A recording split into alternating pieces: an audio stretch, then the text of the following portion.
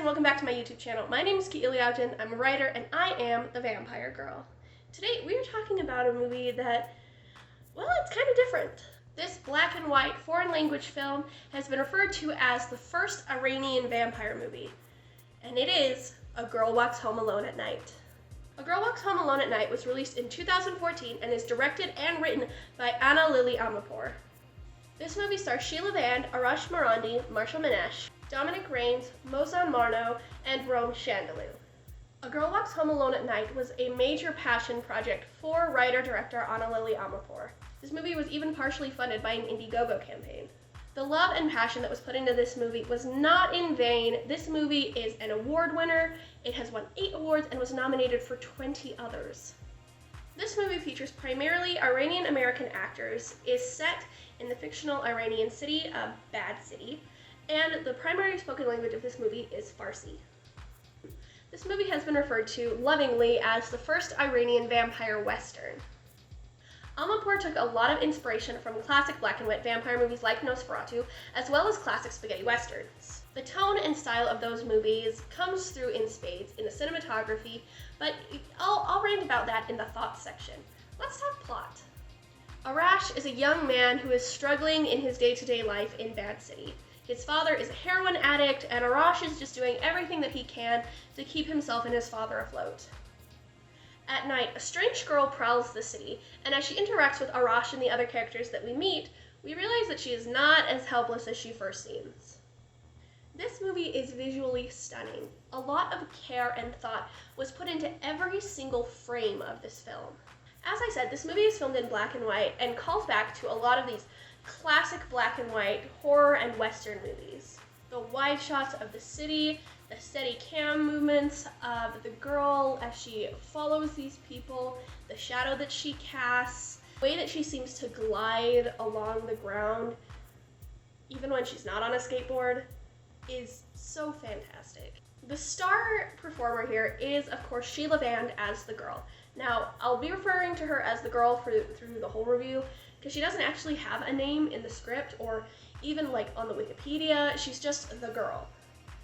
But Sheila Vand does a phenomenal job. Sheila Vand is a very soft-looking woman. She is petite and she has these big expressive eyes, and she just seems like the kind of woman who you would not expect to have as much power as she does. And this is a mistake made by a few of the characters. They see her and they underestimate her, and Sheila Vand brings both that vulnerability and that almost cat-like cleverness to her. Amirpour said that she and Sheila Vand watched both cat videos and cobra videos to kind of figure out how the girl moves and walks, and boy, can you tell, she brings a lot of that physicality into her performance. At the same time, the girl is not completely predatory. She has these moments of quiet. That's a word I'll probably use a lot when describing this movie, is quiet. There is a lot of understated action. It's like you're watching this person just float through the world. And when she does touch down, she makes an impact, but it's like a leaf falling onto a lake. Like there's a ripple, and then it fades away, but it still happened. It's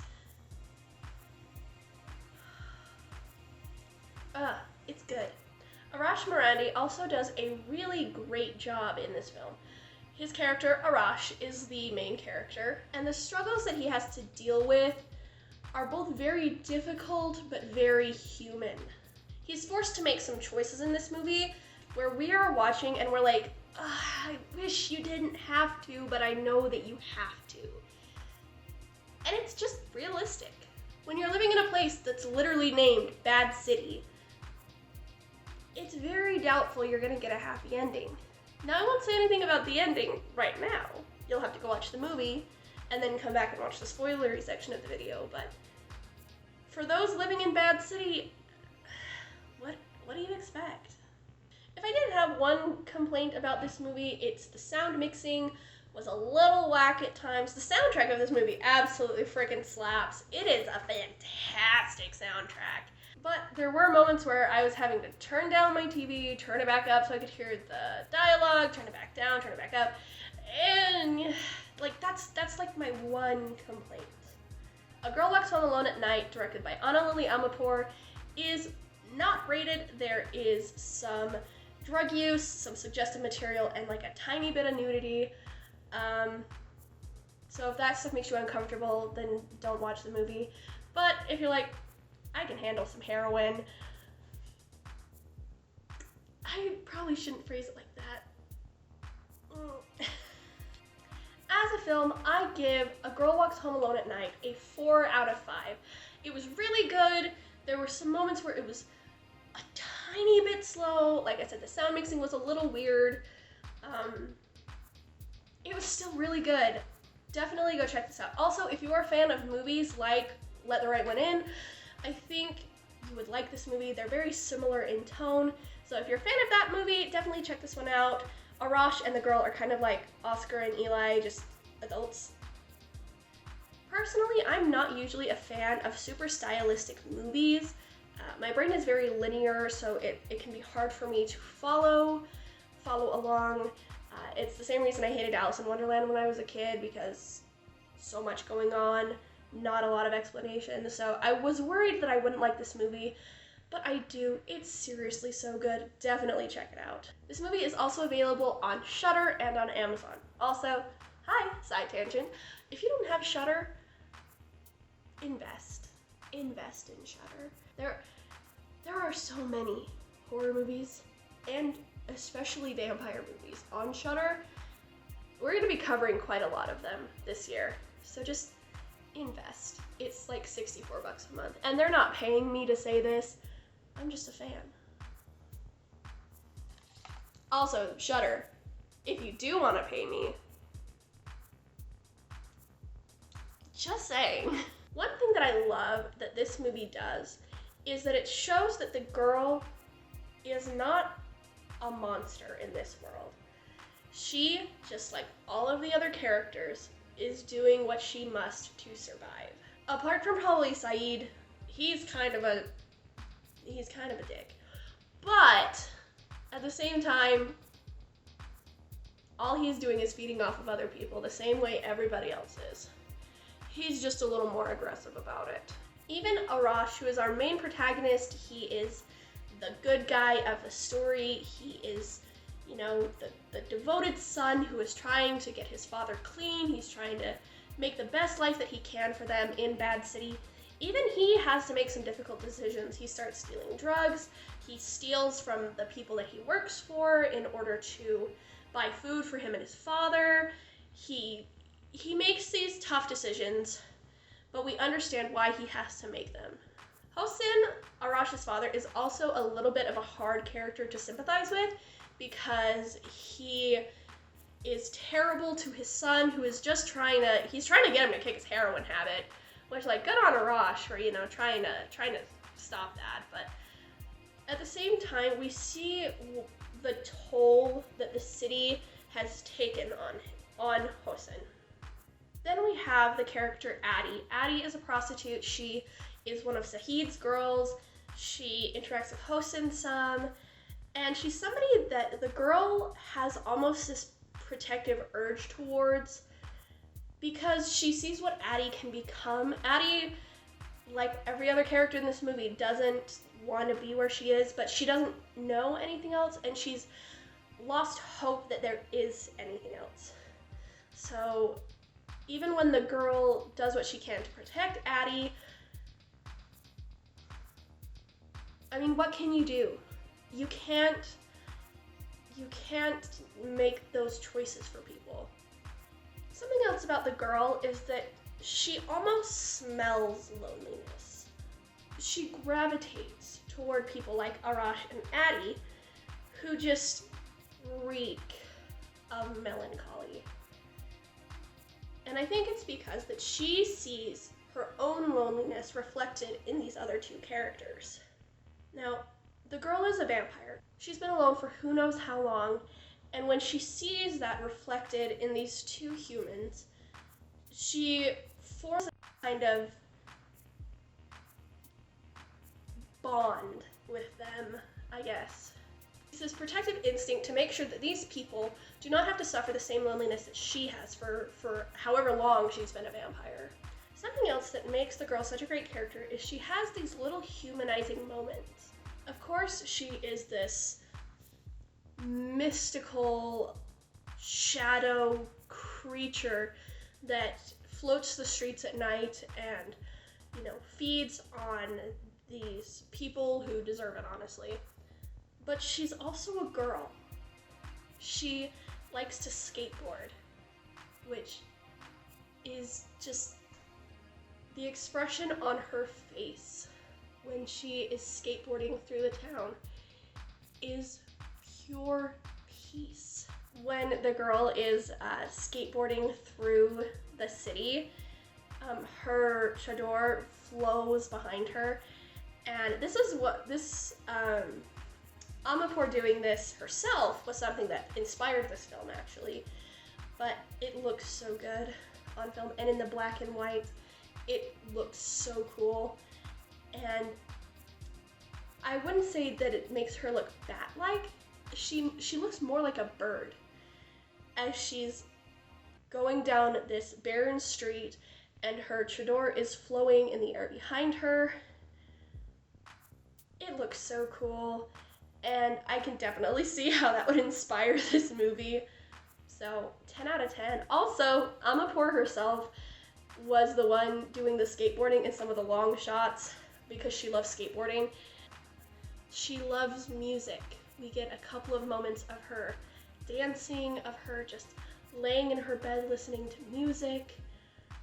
And it's these moments that round her out as a character. She's not so much an enigma as she is a real person. This makes us sympathize with her and want her to succeed and want her to get everything that she wants.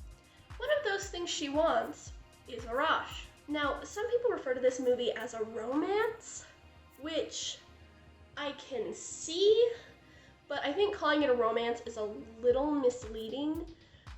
The romantic element of this movie is understated. It's a very, very slow burn. The thing about the relationship between Arash and the girl is, again, very quiet. They don't talk much. They just get each other. It's like their wavelengths just are the same. This goes back to the thing that I said about the girl being able to sense loneliness in people. And I think Arash can sense the same loneliness in the girl. When Arash finds out that the girl is not only a vampire, but also that she killed his father, he rightfully freaks out a bit. And he's not sure what to do. Does he report it? Does he confront her? But it's Bad City. What can he do? In the end, he decides that his relationship with the girl and this mutual understanding and respect and care that they have for each other means more to him than the trepidation that he feels. I mean, yes, she's a killer. She is a monster. But he's kind of used to that at this point. Arash ain't no saint either. This movie ends with the two of them driving off out of Bad City together. And we hope that there's a happy ending in store for these two. But we'll never know. We'll never know for sure. One character that I really liked, and that Amirpour also really liked, that I don't see a lot of people talk about, is Rockabilly. Now, I can't remember if anyone in the movie refers to them by name, but Rockabilly is this gender non-conforming person who kind of dips in and out of the movie here and there, and I don't think they have any lines, but they are a perfect visual representation of the otherness that each of these characters possesses. All of the characters, except I think Arash, have like a little subtitle by their name. So we have Addie the prostitute, Saeed the pimp, Hossein the addict. But then we have Rockabilly, who in this Iranian movie is this very openly gender non-conforming, queer presenting character. And they're absolutely carefree about it. They're carefree about it in the way that these other characters can't be. Addie can't afford to be vulnerable. She can't afford to dream. Hossein can't afford to break his habit because it's all that he has. You know, Arash can't afford to let his guard down. The girl can't afford to start showing sympathy to the people that she feeds on. But Rockabilly just kind of does their own thing. And I think that's a very powerful visual storytelling tool. Amapur also said that Rockabilly is probably the most political part of this movie because, of course, you know, being gay in Iran is not okay. So the fact that Rockabilly is so free-flowing, and I just keep going back to this scene where they're dancing with this black balloon, and just the way that they're able to kind of detach themselves from Bad City. You wish the other characters could do that.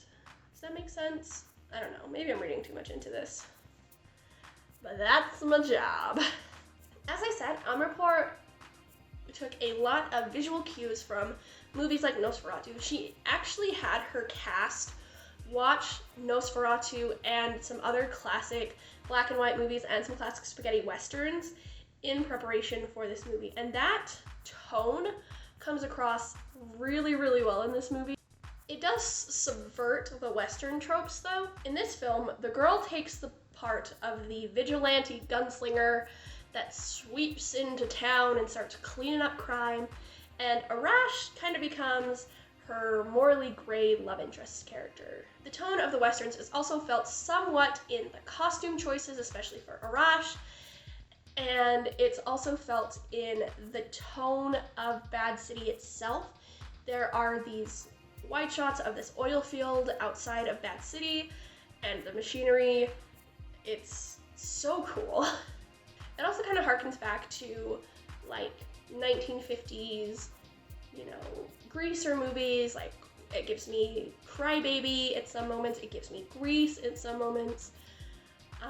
So this movie blends these different styles very well. It creates this almost fairy tale world, and Bad City is at the center of it. Thank you guys so much for hanging out with me today. I hope you liked the video. If you did, make sure to like this video.